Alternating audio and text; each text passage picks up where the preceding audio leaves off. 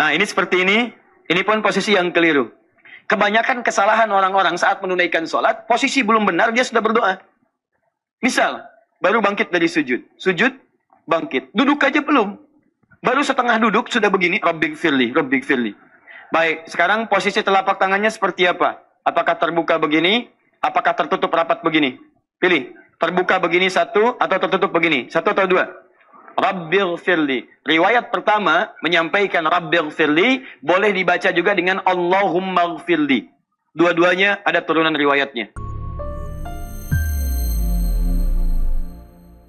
Ini silent. Ya, silent. Jadi ada yang jahar, ada yang silent. Kalau yang jahar bangkit dari sujud dia ucapkan Allahu Akbar. Ya. Baik. Kalau ini barang Assalamualaikum. Waalaikumsalam. Oh, baik, berarti bisa. Sujud lagi. Baik, pertama silakan bangkit dari sujud. Baik ya. Jadi ketika Anda bangkit dari sujud, teman-teman sekalian, dan dalam setiap gerakan sholat, ada dua bacaan. Hati-hati betul. Ada bacaan pembuka yang mengiringi gerakan sholat. Ada bacaan yang mengiringi perpindahan gerakan dalam sholat. Awas, lihat baik-baik. Ada bacaan yang membuka sholat. Ada yang menambahkan membuka dan menutup. Jadi ada bacaan yang mengiringi pembuka dan penutup sholat. Ada bacaan yang mengiringi perpindahan gerakan sholat. Bacaan yang membuka gerakan sholat, itu dibuka dengan kalimat takbir. Allahu Akbar. Takbirnya disebut dengan takbiratul ihram.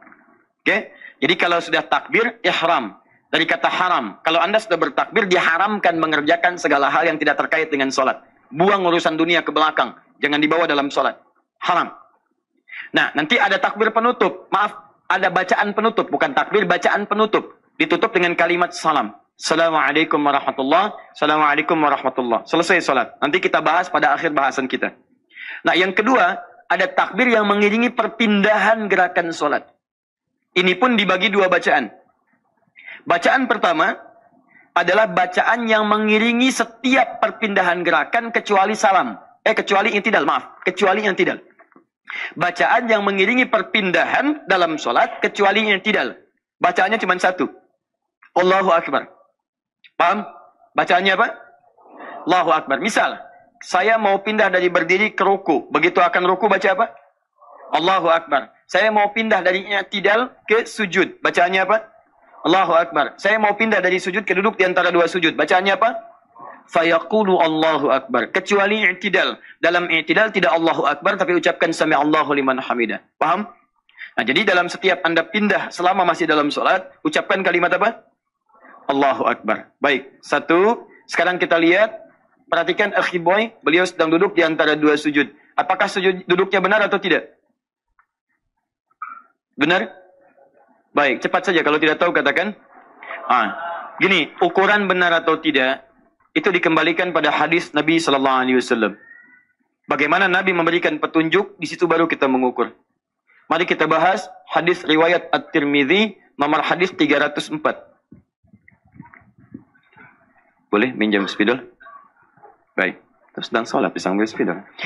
Bismillah. At-Tirmidzi, nama aslinya Muhammad, tumbuh dan wafat di Tirmidz, dikenal dengan At-Tirmidzi. Nomor hadis 304. Ada juga ditemukan di Abu Daud. Abu Daud nama aslinya Sulaiman dari Sijistan, dikenal dengan Sulaiman As-Sijistani. Hafal 500.000 hadis dengan matannya, dengan sanadnya, dengan kualitasnya. Sehingga Ibnu Qayyim Al-Jauziyah rahimahullah menyebutkan dengan kalimat yang luar biasa. Kata beliau, kalau dulu ada Nabi Daud bisa melunakkan besi dengan tangannya, ini ada Abu Daud bisa melunakkan hadis dengan lisannya. Maka sejak saat itu dikenal dengan kalimat Abu Daud. Ya, nomor hadis 963. Siapa rawinya? Abu Humaid As-Sa'di. Abu Humaid As-Sa'di. Derajat hadisnya sahih. Ya, jadi tidak perlu dipertentangkan. Hadisnya sahih, rawinya ada, kitabnya juga ada. Silahkan bisa Anda cari. Kalau cetakan sama dengan kami, insya Allah namanya sama, posisinya sama, halnya juga sama. Kalau berbeda cetakan mungkin akan perbedaan sedikit, tapi yang penting hadisnya ada. Yang bahaya itu nomornya ada, hadis tidak ada, gitu kan? Baik. Paham? Jelas sampai sini? Baik, sekarang mari kita mulai. Kita bacakan hadisnya.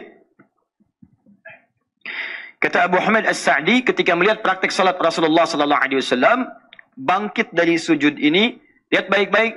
Thumma sana rijlahul yusra. Thumma sana rijlahul yusra. Kemudian beliau melipat kakinya yang kiri. Lipat kakinya yang kiri, dibengkokkan. Ya, yang dilipat kalau sudah menggunakan kata rijlun itu bisa berarti ujung bagian kaki sampai pergelangan saja yang dilipat. Ya, kalau sudah menggunakan misalnya betis atau sampai ke atasnya itu bisa menggunakan fakhvun. Kalau sampai ke sini namanya rukbun, rukbataihi, dua lutut. Ingat baik-baik ya. Nanti saya sering katakan pada Anda, istilah-istilah dalam Quran dan hadis itu spesifik ketika menyebut masalah ibadah. Masalah ibadah. Nanti kalau fakhvun berarti sebelah sini. Kalau rukbatun berarti sebelah sini. Ya, kalau rijlun itu rata-rata, kalau tidak semuanya, maka cukup bagian kaki belakang sampai di pergelangan, mata kakinya. Jelas ya? Nah, sekarang lihat baik-baik, maju sedikit mas. Thumma sana rijlahul yusra. Kemudian melipat bagian kakinya yang kiri. Fokus baik-baik. Mana kaki kirinya? Ini ya. Boleh diangkat sedikit. Nah, ini kaki kirinya. Yang ini. Kelihatan? Baik, cepat jawab, ini kasihan ini ya. Sudah? Nah, maka sunnah yang pertama, lipat yang kiri. Ini dilipat begini, jangan duduk. Lipat begini. Sudah? Yang kiri dilipat ini bu. Ini yang kiri, lipat yang kiri. Seperti ini. Sudah? Teruskan hadisnya. Wa qa'ada 'alaiha. Kemudian diduduki kaki yang dilipat itu. Duduknya di sini. Paham? Awas hati-hati, hati-hati. Ini sunnahnya. Saya ulang ya. Thumma sana rijlahul yusra. Melipat kaki yang kirinya. Lipat begini. Dikedalamkan, bengkokkan. Jelas? Baik, ada lafa, ada sana. Kalau lafa itu dilipat betul begini. Kalau sana itu lipat posisi bengkok saja, agak miring. Ya, miringkan, bengkokkan posisi kaki. Thumma qa'ada 'alaiha. Kemudian duduki. Duduk di sini. Paham? Step yang kedua, duduki kaki yang dilipat. Wa nasabal yumna. Kemudian yang kanannya ditegakkan. Kanan ini ditegakkan. Ya, posisi tegak ini, kalau dalam posisi duduk, itu pasti jemarinya melipat begini. Ya, yang kanannya itu tegak begini. Yang kanan tegak dengan posisi jemari dilipat. Seperti ini. Ya, tegak itu maksudnya nggak sama-sama bengkok. Ya, jadi ini ditegakkan, ini yang dilipat. Jadi posisi seperti ini. Yang kiri dilipat, kemudian diduduki. Jelas? Halo, jelas? Baik. Karena itu, hati-hati. Karena duduk yang disebutkan oleh Nabi dalam posisi kaki, angkat sedikit, yang kiri dilipat, yang kanan tegak, maka setiap duduk di luar yang ini, itu tidak dimaksudkan atau tidak dituntunkan dalam posisi duduk di antara dua sujud. Misal, kami ambil contoh, mohon izin, mohon maaf, ada duduk yang melipat dua kakinya seperti ini misal, kemudian duduk. Jelas ya? Maka seperti ini cara duduk yang salah. Jelas ya? Baik, ada yang dua-duanya misalnya ditegakkan seperti ini. Duduknya di bawahnya. Ini pada posisi yang salah. Paham? Baik, atau duduk posisi seperti ini misalnya. Mohon izin, maaf.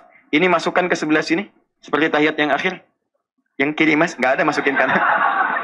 Ini pun cara duduk yang salah. Ini cara duduk yang salah ya. Bangun lagi. Tahiyat awal. Ini seperti ini. Ini pun posisi yang keliru. Jelas ya? Ingat, kita sedang bicara duduk di antara dua sujud. Yang dituntunkan lewat, saya belum bicara kalau nggak bisa begini bagaimana. Saya belum bisa bicara itu. Yang saya sampaikan, Anda mampu mengerjakannya, tapi memilih dengan posisi berbeda. Maka itu duduk yang kurang tepat. Kembalikan ke hadis, bangkit. Femmasana rijlahul yusra, melipat kaki yang kirinya, dibengkokkan. Wa qa'ada 'alaiha, duduki kakinya. Kemudian wa nasabal yumna, tegakkan yang kanannya. Paham? Belum selesai. Belum selesai. Awas. Thumma''tadala. Kemudian setelah itu dia membuat tubuhnya tegak seimbang. Tubuhnya. Hatta ya'uda kullu 'azmin makanah. Sampai tulang-tulang rusuk yang ada di bagian belakang ini, atau tulang-tulang punggungnya, 'azmin, tulang-tulang kuat yang menopang punggungnya, itu seakan-akan tegak kembali ke tempatnya semula. Fokus. Jadi ininya bagus, ini bagus, tapi ini bengkok misalnya begini. Maka ini pun kurang tepat. Awas, ini bukan sholat, bukan perkara hanya sekedar memastikan kita benar duduk, tidak. Tapi juga ada dampak-dampak lain. Ada dampak pada kesehatan, ada dampak pada ketenangan, ada dampak pada kebaikan peredaran darah. Dan semua itu kalau baik posisinya membantu kita khusyuk dalam sholatnya. Termasuk dalam doa. Anda kalau belum benar posisi, jangan dulu berdoa. Jangan dulu berdoa, ingat baik-baik. Doa ini belum dimulai. Kebanyakan kesalahan orang-orang saat menunaikan sholat, posisi belum benar, dia sudah berdoa. Misal, baru bangkit dari sujud. Sujud, bangkit. Duduk aja belum. Baru setengah duduk, sudah begini. Rabbik firli, Rabbik firli. Sujud lagi. Nah, ini cara sujud yang keliru. Jadi ingat baik-baik, semua dalam bacaan dan gerakan sholat, dimulai dengan cara yang baik dulu, baru berdoa. Paham? Saya ulang. Bangkit dari sujud, kaki kiri dilipat, bengkokkan, diduduki, ditegakkan yang kanan, dilipat jemari kakinya. Sampai sini paham? Bismillah, teruskan. Kemudian, thumma''tadala, membuat punggungnya tegak, hatta ya'uda kullu 'azmin makanah. Ya, atau hatta ya'uda kullu qaffarin makanah. Sampai kembali tulang-tulang rusuk atau tulang-tulang yang ada di punggungnya tegak kembali ke tempat masing-masing. Posnya masing-masing. Begini. Paham? Baik, ini tampak bagian belakang. Sekarang tampak depan. Bisa berputar? Turun ayat, ya. Qad nara taqalluba wajhika fis sama falanuwalliyannaka qiblatan tardaha. Pindahlah dari Masjidil Aqsa ke Masjidil Haram. Berputar 180 derajat. Baik. Bismillah. Ah, ini tampak depan. Ya, tampak depan. Kita luruskan dulu. Mohon izin ya, kalau saya benarkan. Punggungnya bisa tegak. Nah, Masya Allah. Baik. Telapak tangan diletakkan di mana? Awas, hati-hati, kita agak sedikit rinci di sini. Telapak tangan diletakkan di mana? Baik, lihat baik-baik, fokus baik-baik. Para ulama membuat satu kemudahan, fleksibilitas dalam peletakan ini, sepanjang tidak diletakkan di atas lutut di sini. Jelas ya? Jadi bisa diletakkan di sini, bisa diletakkan di sini, di atas pahanya, bisa diletakkan di paha yang mendekat ke lutut, tapi tidak menutup lutut di sini. Misal begini. Paham ya? Jelas? Baik, jadi bisa Anda letakkan di atas pahanya seperti ini. Paham insya Allah? Ulang, lihat baik-baik. Ini tampak depan kelihatan, posisi telapak tangan diletakkan di mana? Di atas pahanya. Boleh mendekat ke dekat lutut? Boleh. Yang tidak boleh? Baik, jelas sampai sini? Baik, sekarang posisi telapak tangannya seperti apa? Apakah terbuka begini? Apakah tertutup rapat begini? Pilih, terbuka begini satu atau tertutup begini? Satu atau dua? Bukan satu, bukan dua. Ya. Jadi kalau kedua, dua terbuka renggang begini. Satu rapat begini. Ya, yang benar itu adalah yang pertengahan. Jadi tidak terlampau rapat, tidak terlampau juga rapat, tidak terlampau terbuka begini. Dan ulurkan sempurna. Di at-Tirmidzi seperti Anda takbir. Di mengangkat dalam takbir itu lurus biasa saja. Tidak terlampau terbuka, tidak terlampau rapat. Dalam sujud juga demikian. Demikian ketika diletakkan dalam posisi di atas pahanya. Paham ya? Jadi tidak terlampau begini misalnya. Tidak juga rapat seperti ini. Tapi terlampau biasa saja. Longgar, relax, diletakkan di tempatnya sesuai dengan tuntunan Nabi Sallallahu Alaihi Wasallam. Jelas? Baik. Kepala, mata melihat kemana? Melihat kemana? Baik. Perhatikan baik-baik. Dalam kondisi kita sholat, pandangan kita dari ujung kepala sampai ujung kaki, itu jelas kalimatnya mengatakan, "Tsumma istaqbalal qiblah", menghadap ke arah kiblat. Ya, jadi kalimat hadis yang mengatakan menghadap ke arah kiblat, kiblat, kiblat, kiblat. Hadis Muslim hadis 397, Al-Bukhari nomor hadis 744 dari Khalad bin Rafi' Az-Zuraiqi ketika diajarkan oleh Nabi, kata Nabi, "Idza qumta ila shalah asbighil wudu tsumma istaqbilil qiblah."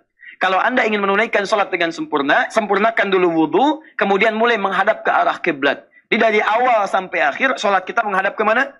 Kiblat. Pertanyaannya, kiblatnya di mana? Ka'bah kan? Posisi Ka'bah. Haulal haram. Dekat dia Masjidil Haram. Sekitaran haram. Lihat. Jadi ada ulama mengatakan begini. Kalau Anda dekat di depan Ka'bah, maka pandangan Anda boleh melihat ke Ka'bah. Tapi kalau Anda jauh dari Ka'bah, dan kiranya pandangan Anda ketika ke depan, menjadikan Anda terganggu kekhusyuannya, karena banyak yang dilihat bisa memengaruhi keadaan sholat kita, maka Anda bisa melihat ke tempat sujudnya. Paham ya? Nah, karena itu, dalam posisi seperti ini, akan lebih baik, misalnya kalau tidak persis depan Ka'bah, Anda akan lebih baik melihat posisi ke tempat sujud. Paham ya? Dibangkit, Anda melihat ke tempat sujudnya. Jelas? Halo? Jelas? Baik, Alhamdulillah. Karena itu saya sarankan, mohon tempat sujud, tolong dengan sangat hati-hati, jangan Anda kemudian menghadirkan karpet-karpet atau sajadah-sajadah yang terlampau banyak corak-corak yang menarik perhatian. Sehingga nanti ketika Anda bangkit, Anda melihat lagi. Mau sujud, Anda lihat lagi. Kenapa masjid yang nggak ada bintangnya satu ya? Bisa kan gambar-gambar dan sebagainya. Jadi kalau bisa bikin yang polos, adapun corak jangan terlalu berlebihan. Sehingga tidak mengganggu kondisi sholat kita. Jelas ya? Baik. Sudah paham ini? Baik. Sudah baca doa? Doa belum dibaca kecuali posisi ini sempurna. Ingat baik-baik, kecuali posisi sempurna. Makanya ketika Anda bangkit, Anda tenang dulu. Saat dalam tenang inilah kemudian darah mengalir dulu dengan enak, nyaman baik, baru kemudian Anda baca doanya. Apa doanya?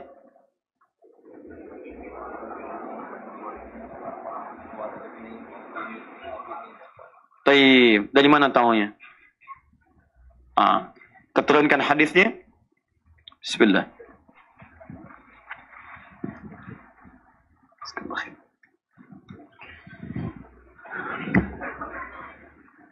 At-Tirmidzi, kembalikan. Saya ambil satu paket dengan yang ini. At-Tirmidzi.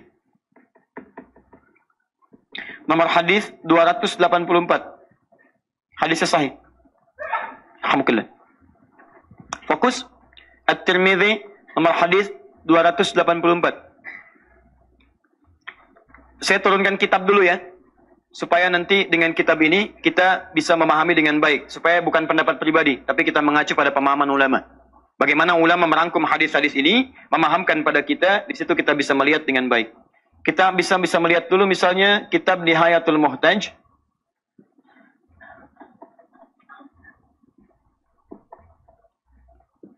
Kita ambil halaman 518.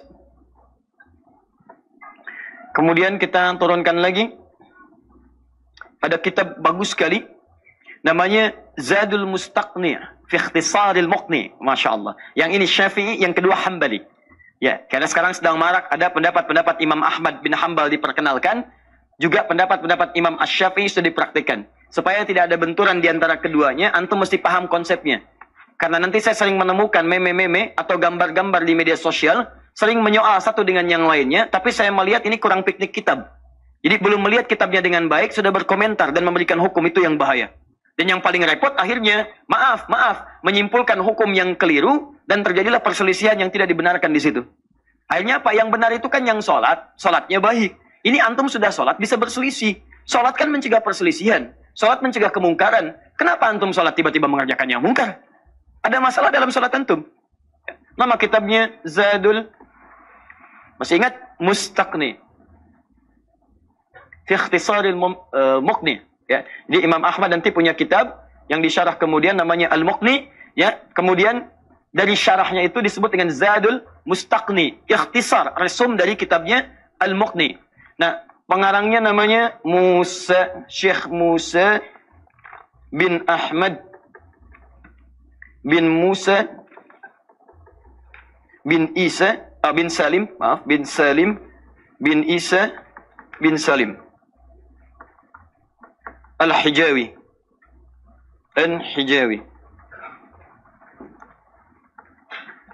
Wafat kisaran tahun 935 Hijrah. Ya, ini kitab bagus, mazhabnya Hambali. Yuk kita baca. Teman-teman sekalian, ada 3 versi riwayat dalam bacaan doa-doa ini. Yang riwayat ini nanti akan dikumpulkan oleh Imam An-Nawawi dalam kitabnya Al-Majmu' pada jilid yang ketiganya. Perhatikan, ada yang simpel, sederhana. Jadi begitu Anda bangun begini, Anda ucapkan Rabbighfirli, Rabbighfirli. Selesai. Tahan, selesai. Ini riwayat yang pertama.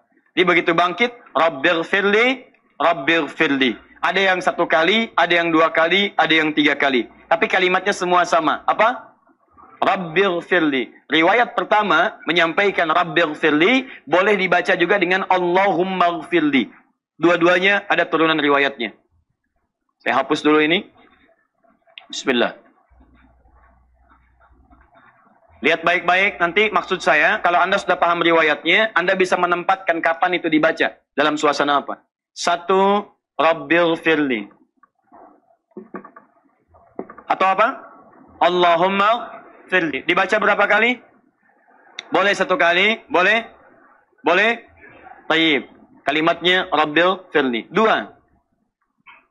Ada yang bentuknya sampai dengan 5 doa. Ya, Rabbil firli, warhamni, wajburni. 3-nya sama semua. Rabbil firli, warhamni, wajburni, warfa'ni, warzuqni. 5. Rabbil firli, warhamni, wajburni, warfa'ni, warzuqni. Jelas? 5 doa. Rabbighfirli, 1. Warhamni, 2. Boleh saya hapus dulu yang ini? Atau redaksinya saya ganti. Boleh dihapus? Ah, boleh. Saya kasih tahu ya, hukum kita yang kedua. Kalau saya katakan boleh saya hapus, berarti saya yang hapus. Kalau saya katakan boleh dihapus, berarti saya memberi peluang pada Anda untuk membantu saya menghapus. Boleh? Baik. Boleh dihapus? Baik. Tapi ingat, Anda pun harus mendengar dulu isyarat saya. Mana yang saya maksudkan dihapus? Ya. Itu belum, Mas. Dosa antum kalau ngapus ini. Rabbighfirli warhamni. Ini. Kemudian wajburni. Masya Allah. Warfa'ni. Kemudian warzuqni. Masya Allah. Warzuqni. 3. Ada yang 6. 6. Ya. Bahkan sampai dengan 7. Jadi gabungkan jadi 7. Kita ambil 6-nya. Rabbighfirli warhamni wajburni. Ini 3. Ini posisinya sama. 1, 2, 3. Nah, 6-nya ada tambahan. Warfa'ni, warzuqni, kemudian wa'afini. Tambahkan wa'afini plus wa'afini.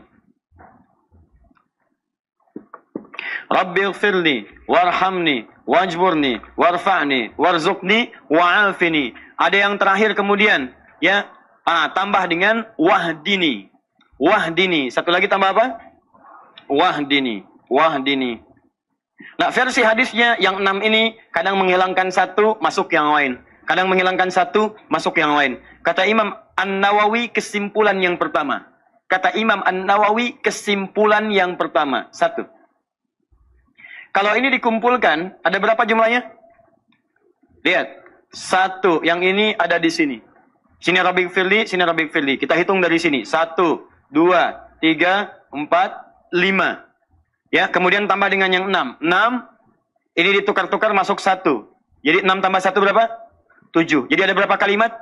7. Kata Imam An-Nawawi, akan lebih afdal. Kesimpulan yang pertama. Kata Imam An-Nawawi dalam kitabnya Al-Majmu', akan lebih afdal kalau Anda bisa bacakan dalam suasana yang normal, gabungkan ke 7-7-nya. Gabungkan ke 7-7-nya. Sehingga kalimatnya kemudian disusun dengan menggabungkan keseluruhannya. Karena baca yang ini sunnah, ada. Baca yang ini ada hadisnya. Baca yang ini ada hadisnya. Ternyata yang 7 ini semua ada hadisnya. Kalau semua ada hadisnya berarti Nabi mencontohkan. Nabi melafadzkan. Akan lebih bagus kalau semua bacaan Nabi itu dikumpulkan jadi satu. Sehingga jadilah 7 bacaan. Masya Allah. Dan pahalanya lebih banyak. Karena bacaannya lebih banyak. Contohnya lebih banyak. Ketika dihadirkan lebih sempurna bacaannya. Maka hadirlah 7 bacaan. Rabbighfirli warhamni wajburni warfa'ni warzuqni wahdini. Kemudian wa'fu anni. Masya Allah. Wa'afini, maaf, wa'afini. 7.